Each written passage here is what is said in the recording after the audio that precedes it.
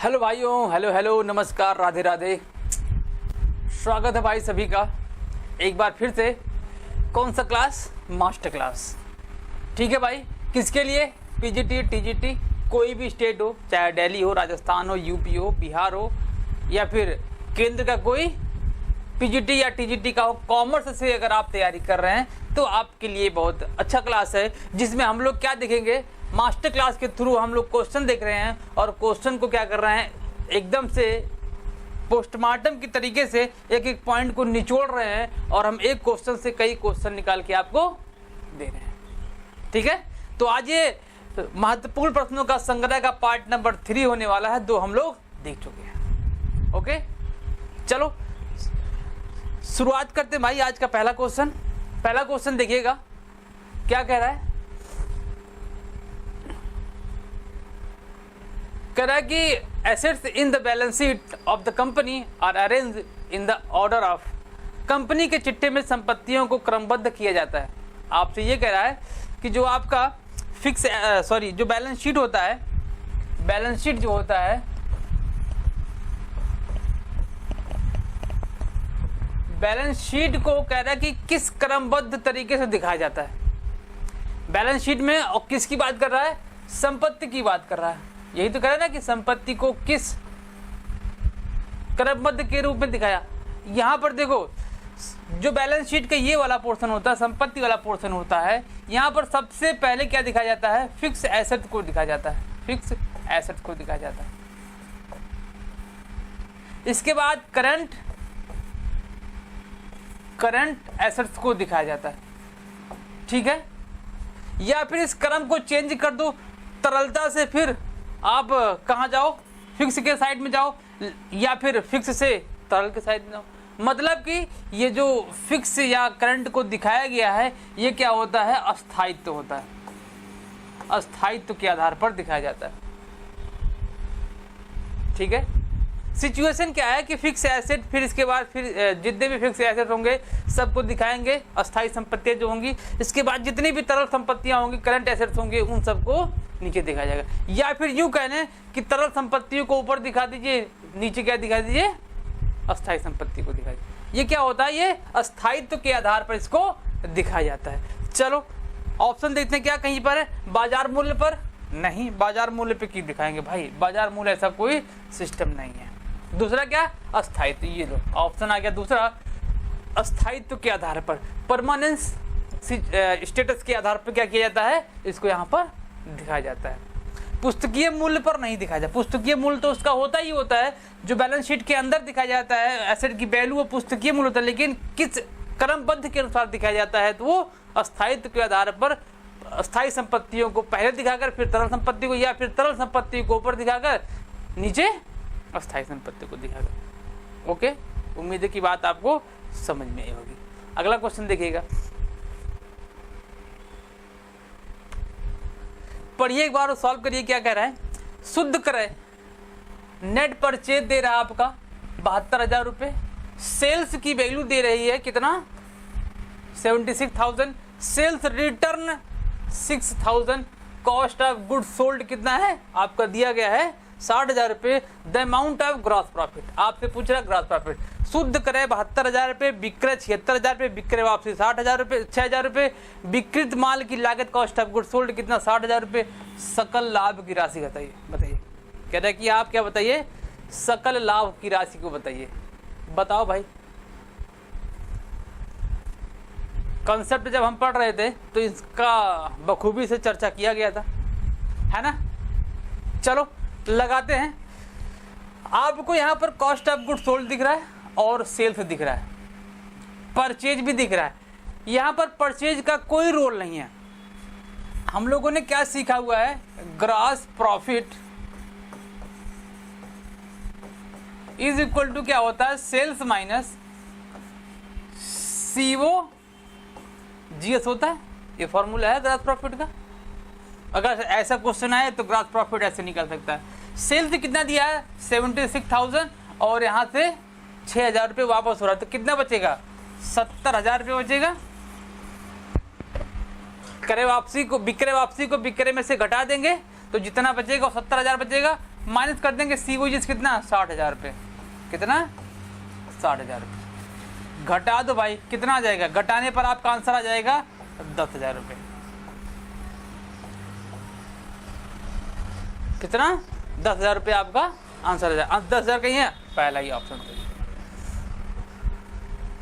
पहला ही ऑप्शन सही है, 10,000 रुपये है ना। सिंपल क्वेश्चन, हाँ भाई सिंपल ही क्वेश्चन है। चलो अगले क्वेश्चन पे चलते हैं, क्या कह रहा है, donation receive from a special purpose will be taken to the, एक डोनेशन प्राप्त हुआ है किसी विशेष काम के लिए, किसी विशेष काम के लिए आपसे पूछ रहा है कि ये जो प्राप्त हुआ है वो कहाँ ले जाया जाएगा, उसको दिखाया कहाँ जाया जाएगा। देखो जब कोई स्पेसिफिक डोनेशन रिसीव होता है,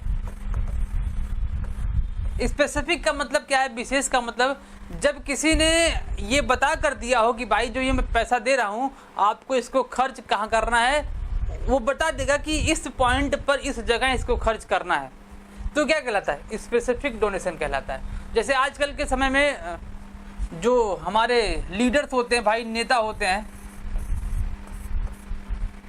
उनका बड़ा बड़ा विद्यालय, बहुत अच्छे अच्छे विद्यालय चल रहे हैं, ठीक है, वो नेताओं को बुलाते हैं एज ए गेस्ट। वो क्या करते हैं, अपने ब्लैक मनी को या फिर वाइट मनी को ही, जिसका डोनेशन करने का पर्पस होता होगा, स्पेशली क्या होता है, ये ब्लैक मनी ही होता है, ब्लैक मनी को उस कॉलेज में डोनेट कर देते हैं कि भैया ये लो, आप क्या करिएगा, मेरे साइड से 2 रूम बनवा लीजिएगा, 2 रूम बनवा लीजिएगा, है ना। तो ये विशेष पर्पज क्या हो गया कि उसको भाई रूम बनवाने के लिए ही पैसा दिया गया है दान में, किसी ट्रस्ट को ये काम करने के लिए ही पैसा मिलता है, जो बता दिया जाता है उसे क्या बोलते हैं, स्पेसिफिक डोनेशन बोलते हैं। और जब इस टाइप का डोनेशन किसी भी ट्रस्ट को मिलता है तो वो क्या होता है, लायबिलिटी बन जाता है कि भैया ये जो पैसा मिला हुआ है हमको उसी काम पर खर्चा करना है जो उस इंसान ने हमको बताया है, जो उस इंसान ने हमको बताया है, ठीक है। वो अलग बात है कि रूम पहले से बनकर तैयार होता है, बस उस भाई साहब का नाम वहाँ पर दर्ज हो जाता है कि भैया ने ये रूम का पैसा यहाँ से दिया है, तो वहाँ से ब्लैक मनी भी क्या हो जाता है, वाइट मनी में कन्वर्ट हो जाता है, और उसका भी काम हो जाता है और सामने वाले का भी काम हो जाता है। तो ये लायबिलिटी बन जाता है, और जब लायबिलिटी होता है तो बैलेंस शीट के दायित्व पक्ष में इसको दिखाया जाता है। क्या है कहीं ऑप्शन, बैलेंस शीट के दायित्व पक्ष में, चिट्ठे के दायित्व पक्ष में, ऑप्शन नंबर सी इसका सही आंसर हो जाएगा। ओके, उम्मीद है कि आपको समझ में आया होगा टॉपिक ये विशेष दान। अगला क्वेश्चन देखिए क्या कह रहा है, कह रहा है कि the system of recording transaction base on dual aspect concept is called, कह रहा है कि जो दोहरा लेखा प्रणाली है, अवधारणा है के आधार पर लेन देन को अभिलेख करने की प्रणाली को कहते हैं। ये जो द्विपहलू अवधारणा है, इसके संबंध में जो लेन देन करने की प्रक्रिया होती है उसे दोहरा लेखा प्रणाली कहते हैं। क्या कहते हैं इसको, दोहरा लेखा प्रणाली कहते हैं, दोहरा लेखा प्रणाली, लेखा प्रणाली। ये भैया किसने दिया था, 1494 ईस्वी में लुकास पैसोली भाई साहब ने दिया था, लुकास पैसियोली भाई साहब ने दिया था, ठीक है। इसमें क्या बताया गया था, एक डेबिट होगा तो दूसरा क्या होगा, क्रेडिट होगा। इसी में बताया गया 3 अकाउंट के बारे में बताया गया। कौन से अकाउंट, पर्सनल अकाउंट के बारे में बताया गया। पर्सनल अकाउंट मतलब कौन सा, व्यक्तिगत खाता।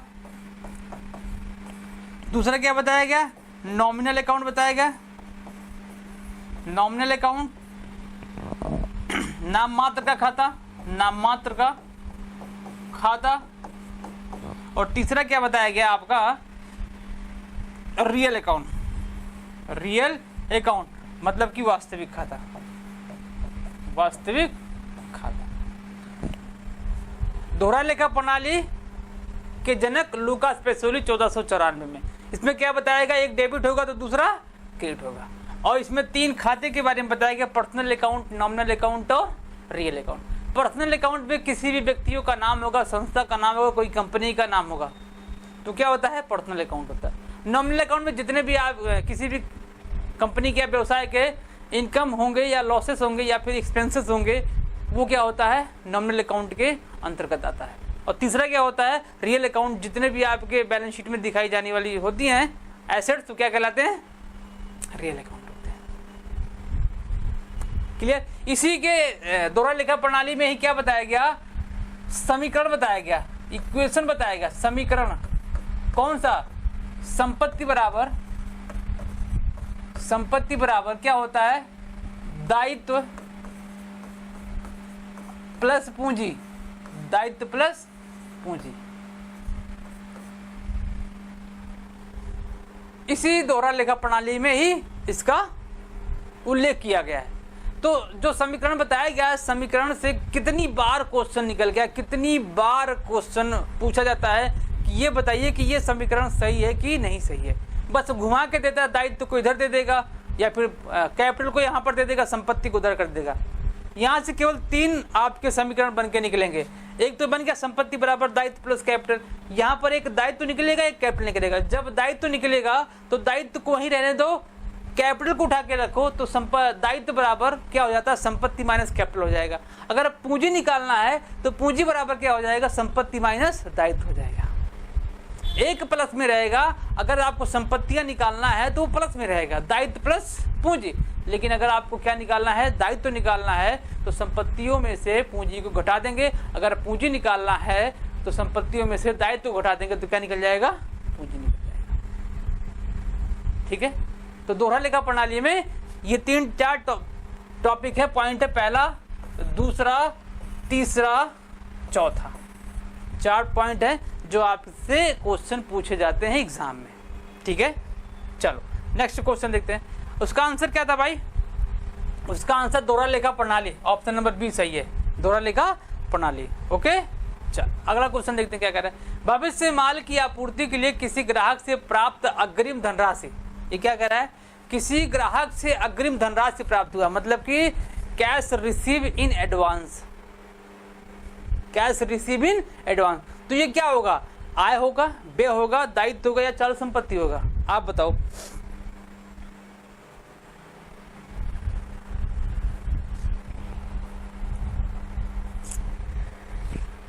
मैं बताऊं भाई, हाँ सर बताइए, बताता हूं भाई। देखो, आपको भविष्य में किसी को माल देना है, किसी को माल पहुंचाना है, और उसने पैसा आपको पहले दे दिया है,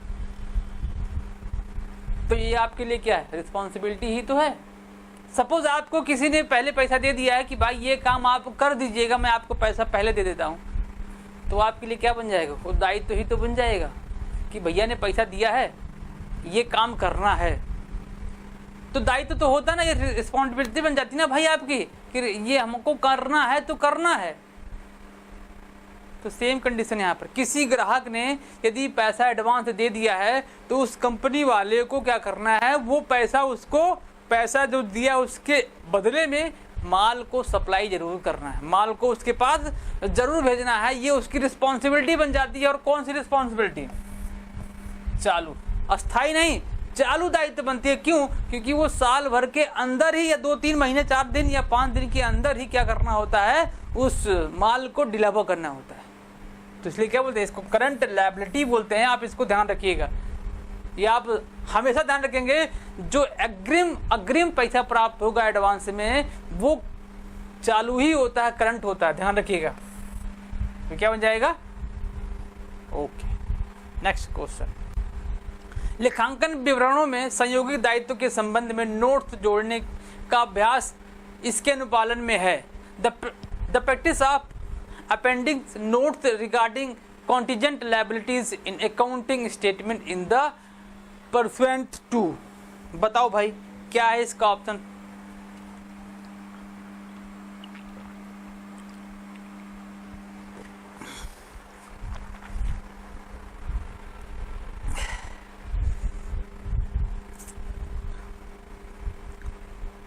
देखो मैं चारों को समझाता हूँ, चारों बड़े इंपॉर्टेंट हैं। कितनी बार क्वेश्चन इनसे निकल के आए हैं। सबसे पहले क्या दे रहा है, कंसिस्टेंसी। चलो उसको देख से क्या है।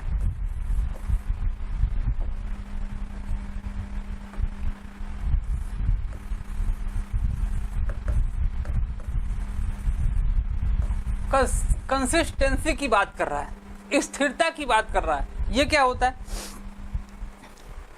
किसी भी व्यवसाय में ये बड़ा ही महत्वपूर्ण पॉइंट होता है।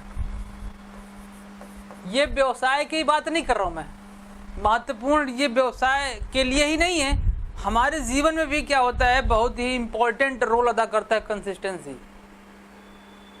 कई बार आप लोगों ने मोटिवेटर से सुना होगा, मोटिवेट होने के लिए हर कोई सुनता है। जब हम बोर हो जाते हैं या फिर पढ़ने की इच्छा नहीं होती तो यूट्यूब पे सर्च करते हैं मोटिवेशन स्पीच, तो उसमें कई बार कई मोटिवेटर बताते हैं कि कंसिस्टेंसी क्या होना चाहिए आपके किसी भी काम में, बड़ा ही इम्पोर्टेंट है। अगर कंसिस्टेंसी नहीं है तो ये मान चलो कि आप सही रास्ते पे, सही पाथ पे नहीं जा रहे हैं।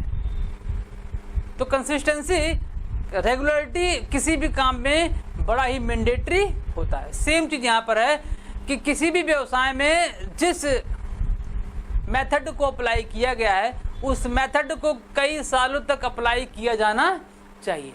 यदि कई साल में अप्लाई करने के बाद उस मेथड का रिजल्ट कंपनी या व्यवसाय को पॉजिटिव नहीं मिलता है तो उसको चेंज करना चाहिए। और जब चेंज किया जाएगा तो उसके लिए डिस्क्लोजर दिया जाएगा कि हमने इस फाइनेंशियल ईयर से लेकर इस फाइनेंशियल ईयर तक इस रूल को फॉलो किया, लेकिन ये रूल हमारे लिए पॉजिटिव साबित नहीं हुआ। हम इस वित्तीय वर्ष से इस रूल को चेंज करके दूसरे रूल जो अप्लाई किया गया उसको अप्लाई कर रहे हैं। ये कहाँ पर होता है, ये डिस्क्लोजर देना पड़ता है, डिस्क्लोजर देना पड़ता भाई। मतलब कि प्रकटीकरण की अवधारणा है ये। तो कंसिस्टेंसी और प्रकटीकरण का मतलब बैलेंस शीट के जस्ट नीचे नोट दिखाना पड़ता, डिस्क्लोज करना पड़ता कि हमने अपने व्यवसाय में इन बिंदुओं को चेंज करके ये बिंदु ऐड किया है। तो उसे क्या बोलते हैं, प्रकटीकरण। सेम चीज हम लोगों ने क्वेश्चन ही देखा था, संयोगिक दायित्व के बारे में बात कर रहा था। संयोगिक दायित्व भी क्या होता है, प्रकटीकरण की अवधारणा के तहत ही बैलेंस शीट के नीचे शो किया जाता है। ओके, तो दो पॉइंट आप लोगों ने देखा, एक कंसिस्टेंसी ये हो गया, दूसरा आप लोगों ने प्रकटीकरण देखा। इसका ऑप्शन क्या होगा, प्रकटीकरण ही होगा। कहते लेखांकन विवरण में संयोगिक दायित्वों के संबंध में नोट्स, जहां पर नोट्स की बात करेगा कुछ मत सोचिएगा, नोट्स अगर कह रहा है तो इसका मतलब किसकी बात कर रहा है, प्रकटीकरण की बात कर रहा है। और कहां पर, बैलेंस शीट के नीचे जो दिखाया जाता है उसकी बात कर रहा है। क्लियर।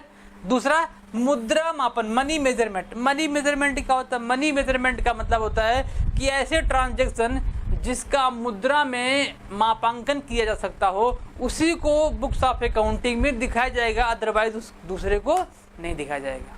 अच्छा, ऐसा क्यों हो रहा भाई, ऐसा इसलिए हो रहा है कि भाई किसी भी ट्रांजैक्शन को अगर हम माप नहीं सकेंगे तो प्रॉफिट एंड लॉस कैसे मेजर करेंगे, हमारे व्यवसाय की स्थिति क्या है प्रेजेंट में, हम कैसे उसको मेजर कर पाएंगे। इसीलिए मापांकन का ये तरीका बनाया गया कि जो मुद्रा में मापा जा सकेगा उसी का लेखांकन होगा, बाकी किसी का लेखांकन नहीं किया जाएगा। ठीक है, जैसे मशीन खरीदे में पैसा गया, यहाँ पर मुद्रा में मेजरमेंट हुआ तो इसकी अकाउंटिंग होगी। लेकिन कंपनी ने क्या बनाया, कंपनी ने नीति बनाई, क्या बनाई, नीति बनाई और उसका एप्लीकेबल पूरे व्यवसाय पर कर दिया गया, तो क्या इसका लेखांकन होगा, नहीं होगा, इसका लेखांकन नहीं होगा। व्यवसाय के मालिक का स्वास्थ्य की स्थिति क्या है, क्या इसकी मुद्रा में मापन हो सकती है, नहीं हो पाएगी। तो कहने का मतलब है कि जो मुद्रा में मापा जाएगा उसी का बुक्स ऑफ अकाउंटिंग में रिकॉर्डिंग होगा। कन्वेंशन ऑफ कंजर्वेटिज्म, रूढ़िवादिता का सिद्धांत क्या कहता है? कन्वेंशन कहता है कि यदि भविष्य में अगर व्यवसाय को हानि होने की संभावना है तो उसके लिए तैयार रहे, उसके लिए प्रावधान बना के रखे। लेकिन यदि लाभ होता है, हमको लग रहा है कि अगर आज हम इस साल में 100 रुपये या 100 करोड़ रुपए कमा रहे हैं, अगले साल हमको 150 करोड़ रुपए का इनकम होगा, तो क्या उसके लिए प्रावधान बनाना है? नहीं, उसके लिए प्रावधान नहीं बनाना है। लाभ अगर होने के चांसेस है तो उसको छोड़ दो, उसको इग्नोर करो। लेकिन अगर से हानियां होने की संभावना है तो हानियों के लिए तैयार रहो, और तैयार होने का मतलब है कि प्रोविजन बना के चलो।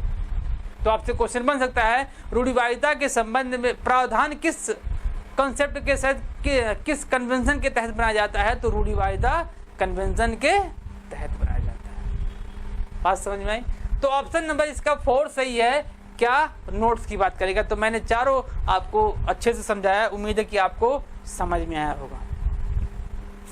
रूढ़िवादिता की प्रॉपर्टी लागू होती, देखो आ गया ना, convention conservatism is applicable in, कहां पर? लेनदारों पर छूट का प्रावधान। भाई लेनदार को अगर छूट देंगे तो यहां पर प्रॉफिट हो जाएगा ना। अगर लेनदार को छूट देंगे तो मतलब क्या, किसी को 100 रुपये देना था और हमको उसको 90 रुपये देना पड़ रहा, तो 10 रुपये हमारा प्रॉफिट हो जाएगा। प्रॉफिट को इग्नोर करना है तो इसका मतलब ये गलत हो जाएगा। दूसरा कह रहा है कि अप्राप्त एवं संदिग्ध ऋणों के प्रावधान, जहां पर किसकी बात करेगा? प्रोविजन की बात करेगा। और किसके प्रोविजन के लिए? बैड डेट के लिए बात कर रहा है कि फ्यूचर में इतने बैड डेट और हो सकते हैं, मतलब जो पैसा मिलने वाला है वो क्या हो जाएगा? डूबने वाला है। तो यहाँ पर हमारा क्या हो जाएगा? लॉस होने वाला है। तो इसके लिए क्या कर देंगे? तैयार हो जाएंगे। तो ऑप्शन नंबर बी सही हो जाएगा। वित्तीय स्थिरता के लिए संचय, नो, स्थिरता के लिए संचय बनाना कोई रूढ़िवादिता का प्रॉपर्टी नहीं है। तो ऑप्शन नंबर बी सही है। अप्राप्त ऋण एवं संदिग्ध ऋण के लिए प्रावधान बनाना इसके अंतर्गत आता है। चलो, अर्जित किंतु अप्राप्त आय मानी जाती है। देखने में बड़ा छोटा क्वेश्चन लग रहा है, लेकिन है बड़ा ही मजेदार क्वेश्चन। उम्मीद है कि आपको आ रहा होगा। बताओ भाई इसका ऑप्शन क्या सही है?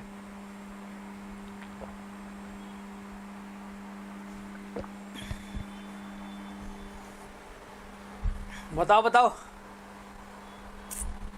देखो मैं आपको समझाता हूं एकदम व्यवहारिक भाषा में। आपने कमा लिया लेकिन अभी प्राप्त नहीं हुआ, यही तो कह रहे ना। Earn but yet not receive income is treated as, जो कमा लिया है लेकिन अभी कमाया मिला नहीं है, उसको ट्रीट करने की बात कर रहा है। कैसे ट्रीट किया जाएगा? क्या आपका इनकम हो जाएगा? अरे भाई इनकम तो दिया ही नहीं गया है। ऑप्शन में आपके दिमाग में आएगा इनकम, इनकम तो दिया ही नहीं गया, और इनकम होगा भी नहीं, और इनकम होगा भी नहीं। आप इसको भूल जाइए, इनकम होगा। पैसा जब आपने कमाया है तो वो पैसा ही कमाया होगा। क्या कमाया होगा? पैसा ही कमाया होगा। आपको भविष्य में पैसा ही मिलेगा। तो क्या होता है कि जो फाइनेंशियल ईयर में आपने कमाया है, फाइनेंशियल ईयर में जो आपने जो कमाया है, उसी फाइनेंशियल ईयर में इसको क्या मान लिया जाता है? संपत्ति मान लिया जाता है। उसी फाइनेंशियल ईयर में, जिस फाइनेंशियल ईयर में आपने ये पैसा कमाया है, उसी फाइनेंशियल ईयर में क्या मान लिया जाता है? इसको संपत्ति मान लिया जाता है। ठीक है, इसी का उल्टा कर ले, रिसीव बट नॉट अर्न। क्या हुआ? यहाँ पर रिसीव्ड कर लिया बट नॉट अर्न, हमने पैसा प्राप्त कर लिया लेकिन अभी हमने काम नहीं किया है, अभी हमने काम नहीं किया, लेकिन फ्यूचर में जो पैसा प्राप्त किया उसको काम करना पड़ेगा। तो क्या बन जाएगा? लायबिलिटी बन जाएगा। तो ऑप्शन नंबर इसका कौन सा सही होगा? इसका ऑप्शन नंबर पहला ही सही होगा, संपत्ति बन जाएगा। Okay, next question. Prepaid rent is associated with, पूर्वदत्त किराया संबंधित होता है। पूर्वदत्त किराया, देखो किराया शब्द जुड़ा हुआ है, रेंट, रेंट क्या होता है? आपका नॉमिनल अकाउंट होता है, नॉमिनल अकाउंट होता है। ये सब आपको बताएंगे कि रेंट जो है भाई नॉमिनल अकाउंट होता है। एक बात आप ध्यान रखिएगा, जिस भी नॉमिनल अकाउंट में मतलब कि जितने भी एक्सपेंसेस होते हैं, जितने भी क्या होते हैं एक्सपेंसेस होते हैं, उन सब के आगे क्या लग जाए, प्रीपेड लग जाए, प्रीपेड, या फिर क्या लग जाए, आउटस्टैंडिंग लग जाए, आउटस्टैंडिंग। ये दोनों शब्द जब नॉमिनल अकाउंट के आगे जुड़ जाएंगे तो वो नॉमिनल अकाउंट ना रह के क्या बन जाता है, पर्सनल अकाउंट बन जाता है। कौन से अकाउंट, पर्सनल अकाउंट बन जाता है मेरे भाई। और वो भी पर्सनल अकाउंट में कौन सा, इस टाइप का अगर क्वेश्चन आ जाए तो व्यक्तिगत खाता दिए ऑप्शन सही हो सकता है, लेकिन इसके साथ में अगर ये ई वाला ऑप्शन दिया गया है, प्रतिनिधित्व व्यक्तिगत खाता दिया गया है, तो ऑप्शन में टिक किसको करेंगे, रिप्रेजेंटेटिव पर्सनल अकाउंट को आप मार्क करेंगे। Clear, okay. पर्सनल अकाउंट 3 प्रकार का होता है, एक नेचुरल, एक कृत्रिम, एक प्रतिनिधित्व व्यक्तिगत खाता। नेचुरल में किसी व्यक्तियों का नाम होगा, कृत्रिम में किसी कंपनी या इंस्टीट्यूट का नाम होगा, और प्रतिनिधित्व में अगर प्रीपेड या आउटस्टैंडिंग उसके साथ जुड़ गया है तो वो क्या हो जाएगा, प्रतिनिधित्व वाला हो जाएगा। तो पर्सनल अकाउंट को 3 पार्ट में बांटा गया है। अगर ये ऑप्शन में ना होता तो क्या होता, पर्सनल अकाउंट होता, लेकिन अगर ऑप्शन में ये दिया है तो प्रतिनिधित्व अकाउंट इसका सही आंसर होगा। Okay, next question. एक नए प्लांट की स्थापना पर भुगतान की गई मजदूरी को डेबिट कर दिया जाएगा, किसमें, प्लांट अकाउंट में। प्लांट अकाउंट में डेबिट करेंगे, plant account debit to cash account होगा, यही तो होगा, plant account debit to cash account. लेकिन अगर इसका आंसर सी हो जाएगा, लेकिन गलती से आप लोगों ने क्या कर दिया, मजदूरी कर दिया। आप लोगों ने नहीं भाई, आप अच्छे बच्चे, समझदार बच्चे हो तो आप नहीं करोगे, किसी ने क्या कर दिया, प्लांट के स्थान पर क्या कर दिया, मजदूरी कर दिया। मतलब कि wages account debit to cash कर दिया। तो ये आपसे पूछेगा कि ये किस प्रकार की गलती है, तो ये गलती है, और कौन सी प्रकार की गलती है, इसे कहते हैं प्रिंसिपल एरर। प्रिंसिपल एरर मतलब कि सैद्धांतिक गलती है भाई। ये कौन सी गलती है, सैद्धांतिक गलती माना जाता है। तो आप ध्यान रखिएगा, यहाँ से क्वेश्चन ऐसे भी बनते हैं और ऐसे भी बनते हैं। Okay, next question. एक सुव्यवस्थित ढंग से व्यवसायिक लेन देनों का अभिलेख करना तथा उनको खातों में वर्गीकृत करना कहलाता है। अगर ये केवल क्या करता, यहाँ पर ऑप्शन में खाता बही होता तो ऑप्शन में खाता बही लगा देते।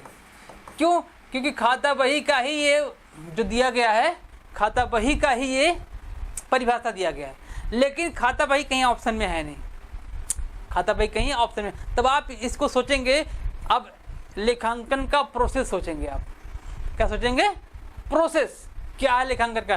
पहले होता है क्या, जर्नल एंट्री, फिर होता है लेजर, फिर ट्रायल बैलेंस, ये तो होता है ना। फिर इसके बाद फाइनल अकाउंट शुरू होता है, बीच में और प्रक्रिया शुरू होती है।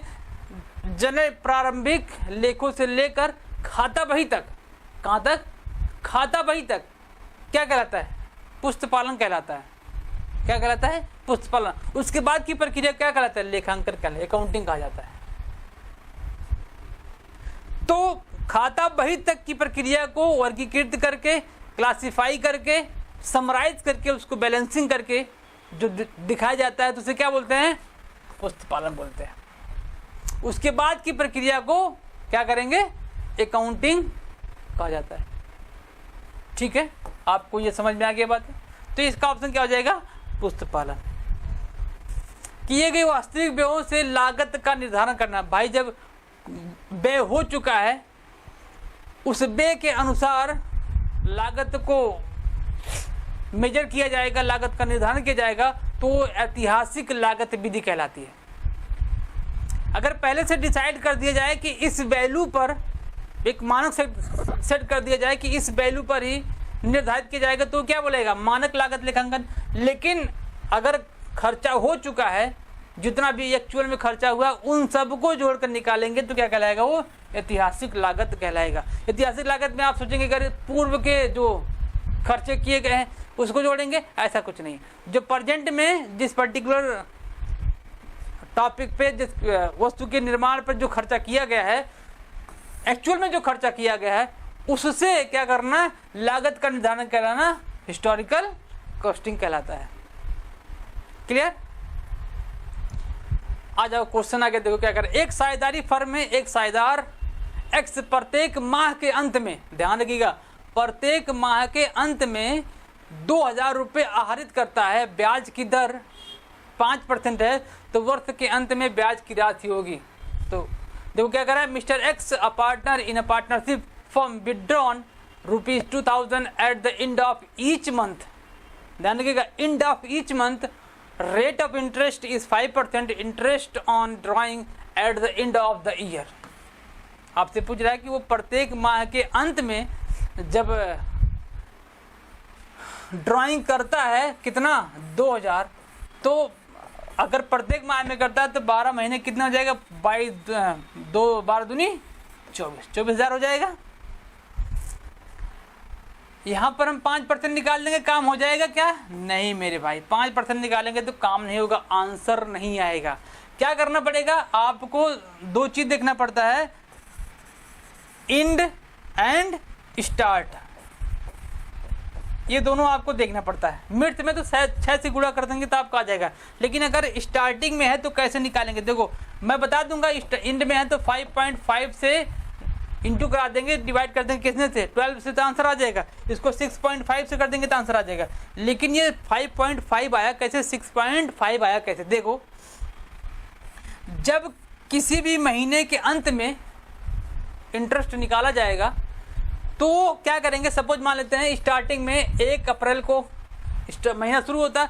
अब क्या करेंगे, 30 अप्रैल को पैसा निकालेंगे, तो 30 अप्रैल से लेकर साल के अंत में कितने महीने बचेंगे?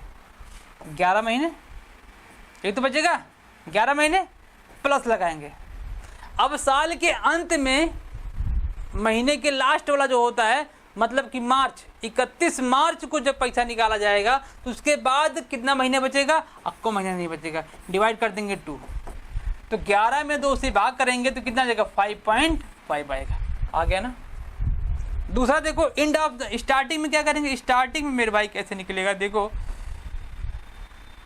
अगर स्टार्टिंग की बात करेंगे तो स्टार्टिंग में निकाला जाएगा तो 1 अप्रैल को निकालेंगे, तो 1 अप्रैल से लेकर 31 मार्च तक कितने महीने बचेंगे, 12 महीने, प्लस अब 31 जो मार्च है तो मार्च के 1 तारीख को निकालेंगे, इसके बाद 1 महीना बचेगा, डिवाइड बाई 2, 13 में क्या करेंगे, 2 से भाग करेंगे तो 6.5 आ जाएगा, ये आ गया। और आपको चाहिए क्या, ये वाला अंत में कह रहा है, तो क्या कर देंगे, इंटू करा देंगे, कितने, 5.5 डिवाइडेड बाई 12, काटेंगे तो आंसर कितना आ जाएगा, 555 आ जाएगा। क्या जाएगा, 550। क्लियर? 550, ये वाला आप जरूर लिख लीजिएगा, इसको नोट डाउन कर लीजिएगा। Okay, next question. समायोजनाओं में दिया गया है कि लेखांकन वर्ष के दौरान व्यापारी द्वारा 5000 रुपये का माल नमूने के रूप में मुफ्त वितरित किया गया। अंतिम खाते तैयार करते समय इसे दिखाया जाएगा। It is given in adjustment that during the accounting year the trader distributed goods with worth 5000 as free samples. किसके लिए? Free samples while preparing final accounts. This will be showing. कहाँ दिखाया जाएगा? This will be showing. कहाँ दिखाया जाएगा भाई? जब किसी भी व्यवसाय के द्वारा गुड्स निकाला जाएगा, सबसे पहले जब गुड्स निकालेंगे तो परचेज में से कम होगा, है ना? जो स्टॉक रखा गया है वो परचेज करके ही तो रखा गया, तो सबसे पहले कहाँ से कम होगा? परचेज में से कम होगा। तो परचेज कहाँ दिखाया जाएगा? ट्रेडिंग अकाउंट में। तो सबसे पहले यहाँ पर ट्रेडिंग अकाउंट इफेक्ट करेगा। अच्छा, सैंपल क्या होता है? सैंपल दिया गया है तो ये आपका एक्सपेंस माना जाएगा। बिल्कुल, सैंपल पीएल अकाउंट के डेबिट में दिखाया जाएगा और ट्रेडिंग अकाउंट के डेबिट में परचेज में से घटा कर दिखाएंगे। तो मतलब ये दोनों में दिखाया जाएगा, व्यापारिक खाते और लाभांश खाते दोनों में दिखाया जाएगा। ओके, चलो नेक्स्ट क्वेश्चन। साझेदारी संलेख में वर्णित प्रावधानों को क्रियान्वित करने के लिए फर्म द्वारा बनाया जाता है। In order to implement the provision of partnership deed the firm prepare, क्या बनाता है? पीएलए बनाया जाता है भाई। जो प्रावधान बनाए जाते हैं उसको कहाँ दिखाया जाता है? पीएलए में तो दिखाया जाता है भाई। स्टार्टिंग में पीएलए तो बनता है, और क्या बनता है? क्या लाभ हानि समायोजन खाता? नहीं, एप्रोप्रिएशन अकाउंट बनता है। कौन सा? Appropriation account. तो कहां पर? पीएलए बनाया जाएगा, आप इसको ध्यान रखिएगा। नेक्स्ट क्वेश्चन, अप्राप्त ऋण के कारण घाटे को पूरा करने के लिए निर्धारित की गई अलग राशि। अप्राप्त ऋण के घाटे को मतलब किसकी बात कर रहा है? बैड डेट्स की बात कर रहा है। अभी मैंने आपको समझाया है बैड डेट्स का मतलब क्या होता है? प्रोविजंस होता है। नेक्स्ट क्वेश्चन, मैनेजर को कमीशन, उसको कमीशन देने के पश्चात, है ना पॉइंट, कमीशन देने के पश्चात की बात कर रहा है भाई, ये आप यहां ध्यान रखिएगा। देखो, जब कमीशन देने के आफ्टर कमीशन की बात करेगा तो फॉर्मूला क्या अप्लाई होता है? कितना है अमाउंट? कितना? देखो अमाउंट कहीं दिया गया 1,54,000। 1,54,000 गुणे कितना परसेंट है? 10%। बस क्या करना है? उसी 10 को यहाँ पर ऐड कर देना है। अगर किसकी बात कर रहा है? पश्चात की बात कर रहा है, आफ्टर की बात कर रहा है, तो 10 डिवाइडेड बाई 100 प्लस कर देंगे और इसको काट देंगे। 154, ये क्या हो जाएगा? 110 हो जाएगा ना? ये क्या हो जाएगा? 110। एक जीरो यहाँ से कटा, एक जीरो यहाँ से काटेंगे तो कितना? एक बार जाएगा, और 44 14 कितना जाएगा? 14,000। ऑप्शन क्या है? ये सही है। फॉर्मूला अप्लाई कर देना बस, profit into rate upon 100 plus rate, आपको क्या मिल जाएगा? आंसर मिल जाएगा। नेक्स्ट क्वेश्चन, स्वामी द्वारा अपने निजी प्रयोग के लिए 500 रुपये की सामग्री ली गई जिसका बहियों में कोई लेखा नहीं किया गया। भाई अगर बहियों में कोई व्यवसाय के मालिक के द्वारा क्या किया गया? अपने पर्सनल खर्चे के लिए पैसा निकाला गया है, अगर उसका लेखा नहीं किया गया है तो इसका मतलब क्या है? प्रिंसिपल का ज्ञान उनको नहीं है। प्रिंसिपल का मतलब सिद्धांत का ज्ञान नहीं है। अगर सिद्धांत का ज्ञान नहीं है तो ये गलती कौन सी गलती कहलाएगी? सैद्धांतिक त्रुटि कहलाएगी। मतलब ऑप्शन नंबर बी सही है। क्षतिपूर्ति त्रुटि क्या होती है? ऐसी त्रुटि होती है जो एक के द्वारा छिप जाती है। एक गलती, मान लो एक गलती किया गया है और दूसरी गलती भी की गई है, लेकिन एक गलती दूसरी गलती को क्या कर दे? छुपा दे। मतलब कि अमाउंट के वैल्यू को ढक ले। मतलब क्या किया गया? एक जगह 200 रुपये डेबिट किया गया, लेकिन दूसरी जगह जो क्रेडिट होना था वो भी क्या हो गया? क्रेडिट हो गया। डेबिट होना था क्या हो गया? क्रेडिट हो गया। मतलब कि डेबिट को क्रेडिट से क्या कर दिया गया? मैनेज कर दिया गया। बात समझ में आ गई ना? सपोज अभी क्या हुआ था, सैद्धांतिक त्रुटि हम लोगों ने देखा था, एक गलती कि मशीन खरीदा गया, प्लांट ना, प्लांट खरीदा गया था, प्लांट को खरीदने में मजदूरी खर्च की गई थी। कितना? जो भी अमाउंट रहा होगा, गलती से क्या कर दिया गया? मजदूरी को डेबिट कर दिया गया। तो कौन सी त्रुटि हो जाएगी? सैद्धांतिक त्रुटि हो गई थी। लेकिन अगर यहीं पर अमाउंट की बात कर लें, अमाउंट 2,000 रुपये प्लांट के खाते में डेबिट करना था, गलती से क्या कर दिया गया? मजदूरी खाते में डेबिट कर दिया गया 200 रुपये। डेबिट होना था, लेकिन क्या हो गया? यहाँ डेबिट हो के वहाँ पर, इसमें इससे क्या हो जाएगा? तलपट मिल जाएगा। लेकिन क्या हो जाएगी? एक गलती से दूसरी गलती छुप जाएगी, तो क्या हो जाएगी? क्षतिपूरक अशुद्धियाँ कहलाएगी। ये सैद्धांतिक अशुद्धियाँ। ओके, ओमिशन क्या होता है? चूक हो गई। क्या हो गई? चूक हो गई। भाई गलती से लिखना कुछ था, लिख कुछ और दिया, उसे क्या बोलते हैं? ओमिशन बोलते हैं। ओके, चलो नेक्स्ट क्वेश्चन। ए बी एक फर्म में 3-2 के रेशियो में लाभ का विभाजन करने वाले साझेदार हैं। वे फर्म के लाभ में 1/3 हिस्सेदारी के लिए एक्स को एक साझेदार के रूप में शामिल करते हैं। ए बी और एक्स का नया लाभ। भाई बड़ा आसान क्वेश्चन आ गया। क्या आ गया? बड़ा ही आसान क्वेश्चन आ गया। सीधा सीधा क्वेश्चन दे रहा है कि न्यू रेशियो बताओ। चलो, अगर सबसे पहले क्या होता है, सबको पता है, सबसे पहले एक माना जाता है, एक में से क्या कर देंगे? 3 को घटा देंगे, तो total profit of the firm आ जाएगी कितना? 2/3 आ जाएगा। कितना? 2/3। अब ए का निकाल लो, बी का निकाल लो। ए का देखो, ए का रेशियो कितना? 3/5 इंटू इससे मल्टीप्लाई कराओ।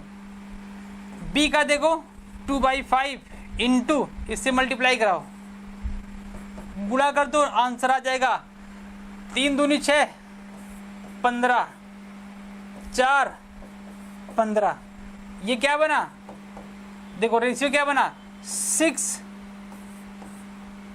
15 रेशियो 4 15, उसका कितना है 1/3, इसको भी 15 कर लेते हैं ना, कर ले भाई इसको 15, 3 से मल्टीप्लाई कर दो 15 आ जाएगा, तो 3 ऊपर भी आएगा 5 आएगा, सॉरी 5 से मल्टीप्लाई करो, 5 से मल्टीप्लाई करो कितना कितना आ जाएगा 15, तो रेशियो क्या बन जाएगा 6 4 5, 6 4 5, ऑप्शन नंबर डी सही है 6 4 5। अगला क्वेश्चन,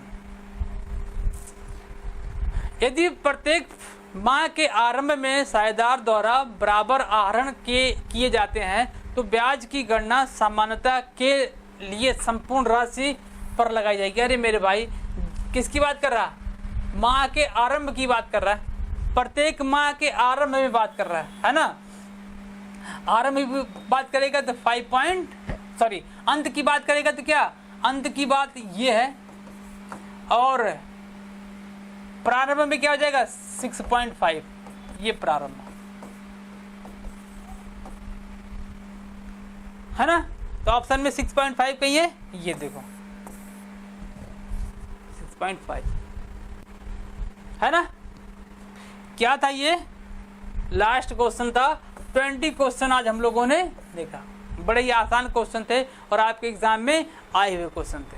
ठीक है, फिर मिलते हैं आपसे नेक्स्ट मास्टर क्लास में अगेन 20 क्वेश्चनों के साथ, लेकिन इससे पहले एक थोड़ा सा चर्चा कर लेते हैं आपके एग्जाम के डेट को लेकर।